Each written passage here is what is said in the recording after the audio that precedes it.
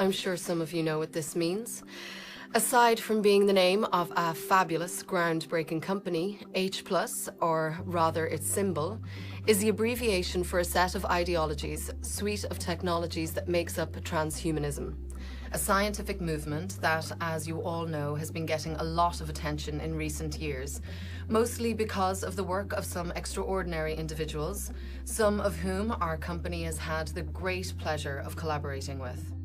Our company, H+ Nanochiranta, began, as you know, 2 years ago, out of a project partially funded by the Irish government. Its aim, to develop a new generation in medical implants. These include micro-pacemakers, insulin monitors, and of course, our crowning achievement, the N54. Some call it an implant, we prefer calling it a computer, but I think everyone agrees that the N54 is decades ahead of its time. 86 nanometers in diameter, the microscopic device is the most discreet of its kind, and the implantation process through a simple saline injection is effortless and unobtrusive, to say the least. Once activated, the N54 is able to track 25 key processes of the human body and act as an early warning system for sufferers of over a dozen diseases. But this is only the beginning for H+ Nano. Our plans for the next 5 years are, without a doubt, ambitious. It's no secret that, in light of our recent success with the N54, our company, alongside scientists in Chile and Switzerland, have begun development of a product that takes human-computer interfacing to the next level. A nano implant that will interface the human nervous system, allowing the body and mind to communicate with other implants over a worldwide network. Which brings us to why we are all here today. Because Mortal has the world's largest and most secure network. That is a fact. And so we believe that there is no greater partnership than our two companies coming together to usher in this stunning new technology.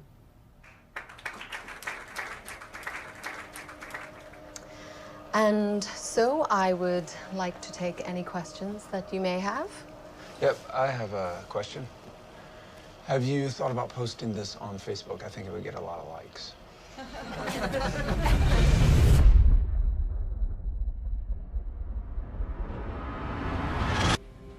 Yes, I'm comfortable.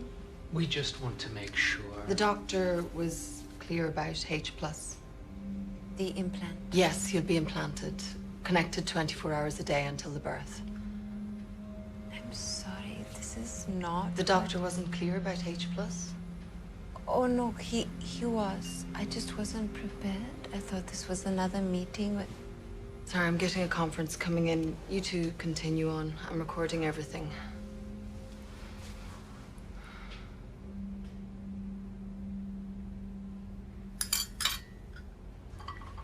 I'm not much of a chai guy. I guess I'll be the only girl in my town with one. You're nervous. Yes. You shouldn't be. It's a much simpler procedure than the surrogacy. I assure you.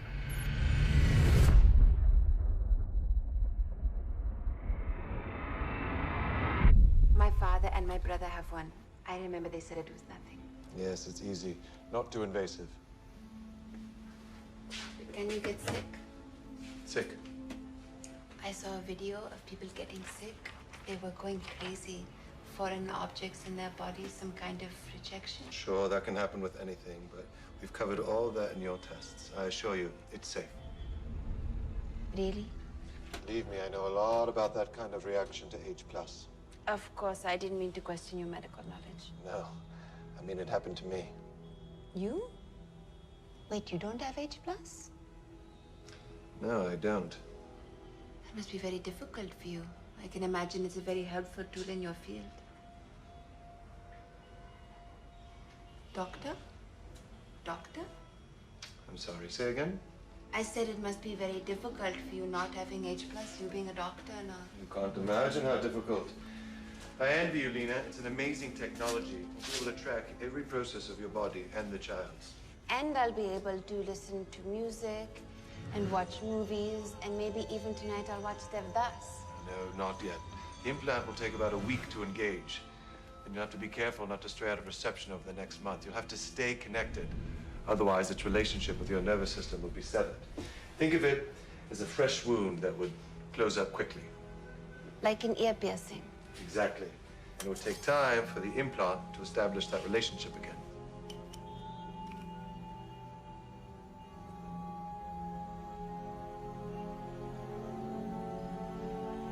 So if I'll be able to communicate with others, the she-hands, using H+,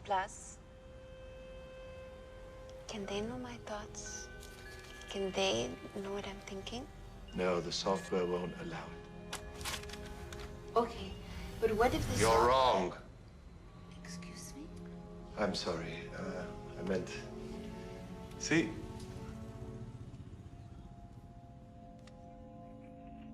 You're implanted. See how easy that was? Single-handedly changed the way people access the internet. I can use H+ to communicate with other people. Can they know what I'm thinking? It's amazing. But there's a giant invisible hand that's gripping all of this very tightly.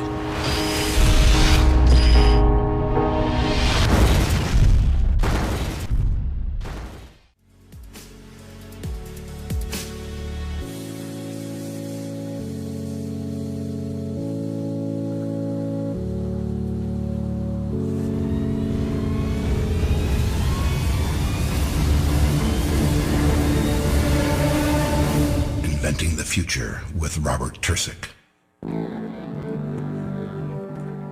Hi, good evening. Thank you. Are you ready for some adventures in synthetic biology? You're going to learn some amazing stuff. This is absolutely at the forefront, the cutting edge of science right now. It's not your grandfather's genetic engineering in the sense of taking two genes and splicing them together. This is a radically new notion. People are actually composing life. What they're doing is they're writing DNA, and they're writing it the same way that a software developer would write code for a computer. Except in this case, they're writing DNA that's then put into a living thing and can replicate, and can replicate.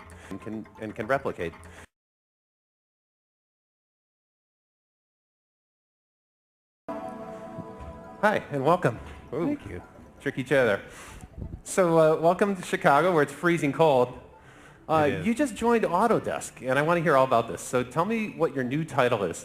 My title is Distinguished Research Scientist with the Bio-Nano Programmable Matter Group at Autodesk. That's a mouthful. It is. Basically, the stage we're at with synthetic biology is the same stage that we were with personal computers back in the late 70s. Absolutely. Where people were, it was like homebrew computer club. People were building their own computers in their garages or their dens. Kind of like the labs that I was talking about a minute ago. Exactly, except now we're working with a different type of computer, really bacteria. They're like information processors that do chemicals, but they're different. They're programmable, but the cool thing is they also make more of themselves. So they're like computers that can reproduce. This is pretty powerful. That's amazing. And if you look at a bacterial genome, it has about 5 megabits of information. Really, a small photograph. But this is enough to program a living thing. And really, if you've got a software program, you have to learn the basics.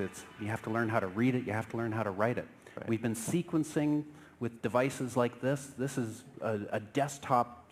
It's about the size of a laser printer, but it can do a whole human genome. And reading it, we're starting to comprehend more and more of the basic tools of life, this is a simulator for the first bacterial cell. It's actually what's really going cool. on? What is this We're a picture of? actually modeling all the chemical processes that happen in a single bacterium and understanding what's going on below the hood. So this is a computer model of a cell. Computer model of a living cell. Wow, that's It's incredible. the first time we've ever done this. This was published by Stanford this last summer. And really what we're doing now is we're starting to learn how to write code. Thanks. We started writing genetic code back in the 1970s using something called recombinant DNA technologies. It was cutting and splicing genetic code. And really, if you take a look at it, you end up kind of writing ransom note style. You can write anything, but it takes a long time to do. The shift with synthetic biology, and what makes it so powerful, is now we can actually use computer software. We don't need a lab anymore. We don't need these tools, which are really restrictive. We can start using laptops. So they've virtualized the lab. Yes. There's definitely a few people that have done it. In a way, we're moving away from that now, where you can go join. It's like joining a hackerspace or a maker community. It's more fun when you do it with a group anyway. Sure, and you can get your questions answered, or somebody can show you how. Exactly, and you don't have to worry about the FBI necessarily beating down your door. And the groups that are really getting good at this, well, they're using robots to do not just printing of DNA, but actually booting of the organism and testing. So this is allowing people to really have biotechnology done remotely. Wow, just cool. Send a design, they'll build and test. That's a big one. So hang on, that means you could design an organism on your desktop computer, your laptop computer at Starbucks even, and then send it out to get not just printed or not just have the DNA compiled for you, but you could actually have the organism made, manufactured, produced, what verb tested, do they use? and the results come back to you, and you can decide whether you're going to. So if you didn't get it right the first time, you can do it again. Do it again.